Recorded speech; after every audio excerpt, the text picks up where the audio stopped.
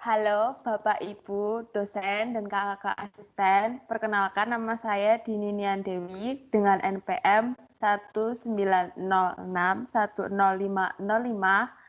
akan mempresentasikan tugas besar mata kuliah pemrograman komputer saya. Nah, topik yang saya angkat adalah pengecekan kebutuhan bahan baku untuk produksi kain batik. Dalam kasus ini, produsen sebagai user dari program ini. Di sini, produsen akan mengecek jumlah sisa stok bahan baku setelah adanya order dari konsumen. Proses ini berjalan secara kontinu sehingga akan mendapatkan hasil jumlah stok barang terbaru. Tentu saja, ada keadaan di mana jumlah stok lebih sedikit daripada jumlah bahan baku yang diperlukan, sehingga si produsen perlu membeli bahan baku terlebih dahulu. Adanya pengurangan maupun pertambahan stok bahan baku ini akan terus berlangsung tergantung banyaknya input dari konsumen. Nah, dalam melakukan pengecekan bahan baku ini, terdapat beberapa perhitungan yang dilakukan. Pertama, setelah user atau si produsen ini melakukan input jumlah order konsumen untuk tiap produk di sini, maka akan dilakukan perhitungan jumlah bahan baku untuk tiap motif. Nah, masing-masing motif ini membutuhkan jumlah bahan baku yang berbeda. Misalnya, di sini bisa terlihat untuk motif 1 itu membutuhkan 1 kain, 2 lilin, dan 3 pewarna. Untuk motif 2 dibutuhkan 1 kain, 3 lilin, dan 2 pewarna. Untuk motif 3 itu dibutuhkan 1 kain, 3 lilin, dan 4 pewarna. Nah, kemudian hasil ini akan dikalikan dengan input dari konsumen tersebut. Nah, hasil dari tiap motif ini kemudian akan dijumlahkan menjadi 1, sehingga akan memperoleh jumlah total dari masing-masing bahan baku.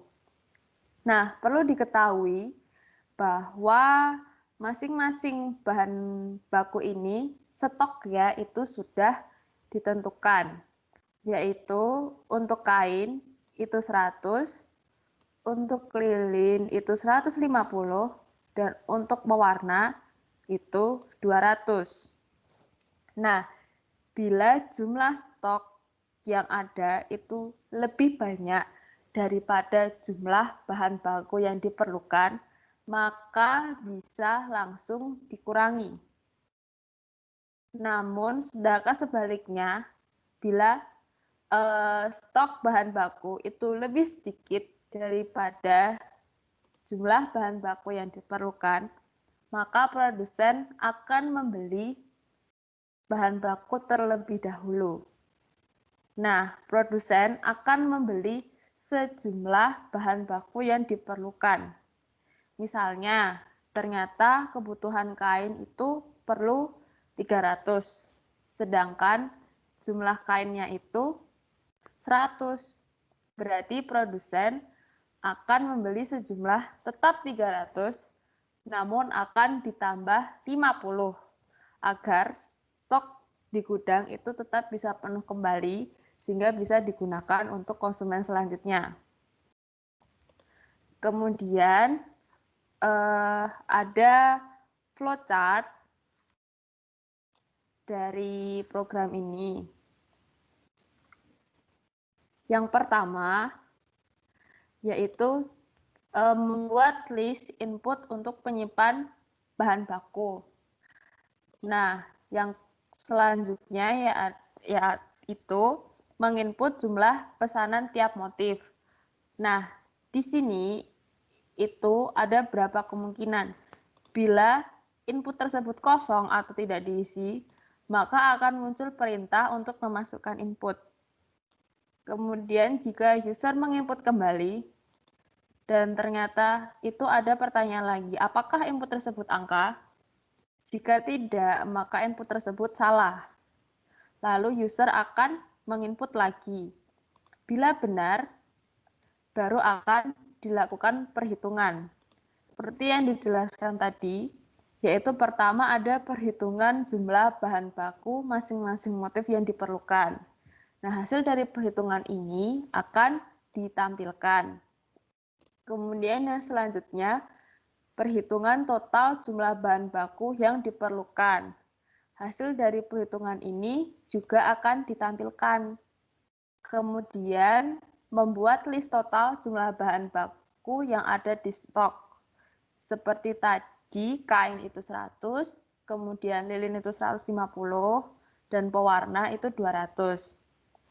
Selanjutnya ada perhitungan pengurangan jumlah stok bahan baku di gudang dengan total jumlah bahan baku yang diperlukan. Hasil dari perhitungan ini akan ditampilkan terlebih dahulu. Kemudian, apakah jumlah stok di gudang kurang dari total bahan baku yang diperlukan? Bila tidak, maka akan langsung bisa dikurangi. Kemudian akan tertampil dan selesai. Namun, bila ternyata jumlah stok di gudang itu kurang dari total bahan baku yang diperlukan, maka akan ada keterangan bahwa stok tersebut kurang, sehingga produsen harus membeli sejumlah bahan baku yang diperlukan dan kemudian ditambah 50. Baru bisa menampilkan hasil stok yang terbaru. Sampai di sini selesai dan kemudian user, si produsennya bisa melakukan input kembali dengan hasil stok yang terbaru.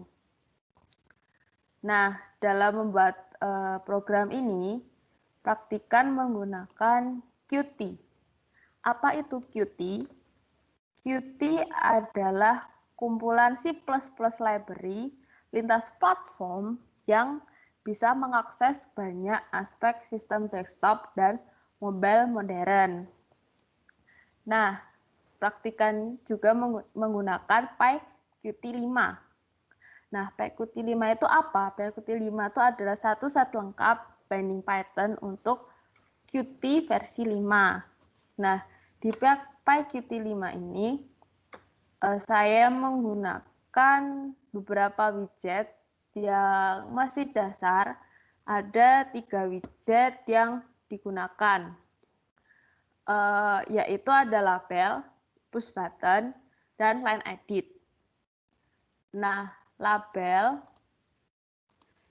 itu di sini digunakan untuk menampilkan tulisan judul menu, kemudian ada keterangan input, dan juga untuk menampilkan hasil dari perhitungan. Sedangkan untuk push button itu digunakan untuk melakukan tindakan sesuai dengan perintah yang terprogram. Untuk window ini ada 2 push button, yaitu check dan next. Check di sini untuk memulai menampilkan hasil perhitungan untuk tiap bahan baku untuk tiap motif yang nanti akan ditampilkan pada 3 label di sini. Kemudian untuk push button next ini digunakan untuk memindah window ke window selanjutnya. Nah, untuk lebih jelasnya bisa saya demonstrasikan.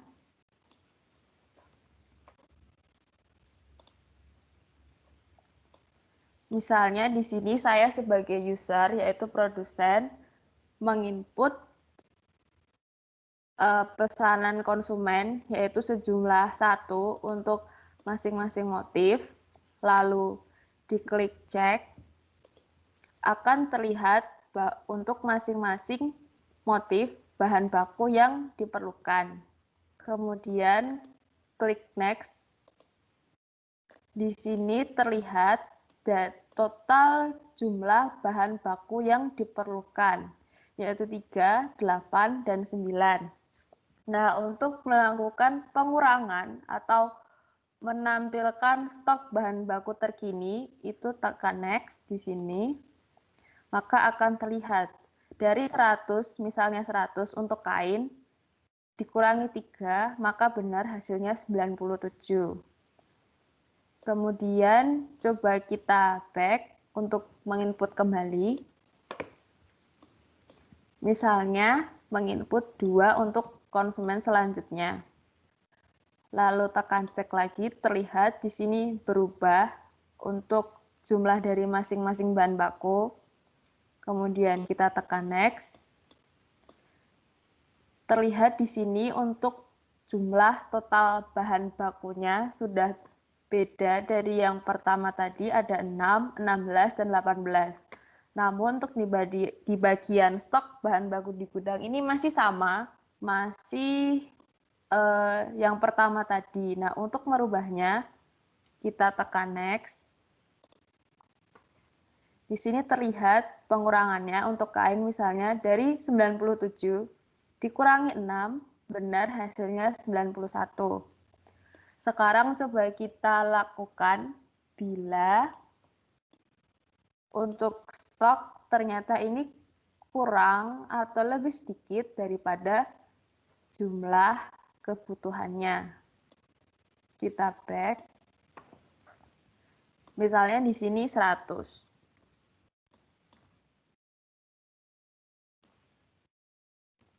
Kemudian kita cek. Lalu tekan next. Terlihat di sini sudah berbeda menjadi 300, 800, dan 900. Di sini masih sama, kita tekan next. Di sini terlihat ada keterangan bahwa stok di gudang itu berkurang, sehingga harus ditambah. Ditambah sesuai dengan kebutuhannya, yaitu 300, 800, dan 900. Plus 50 untuk masukkan lagi ke stok. Di sini masih sama, kita tekan next. Nah, di sini terlihat hasil dari pembelian dari 300, 800, dan 900, kemudian ditambahkan 50. Dan bisa terjadi seterusnya. Demikian presentasi tugas besar pemrograman komputer dari saya. Apabila ada kesalahan, saya mohon maaf. Terima kasih.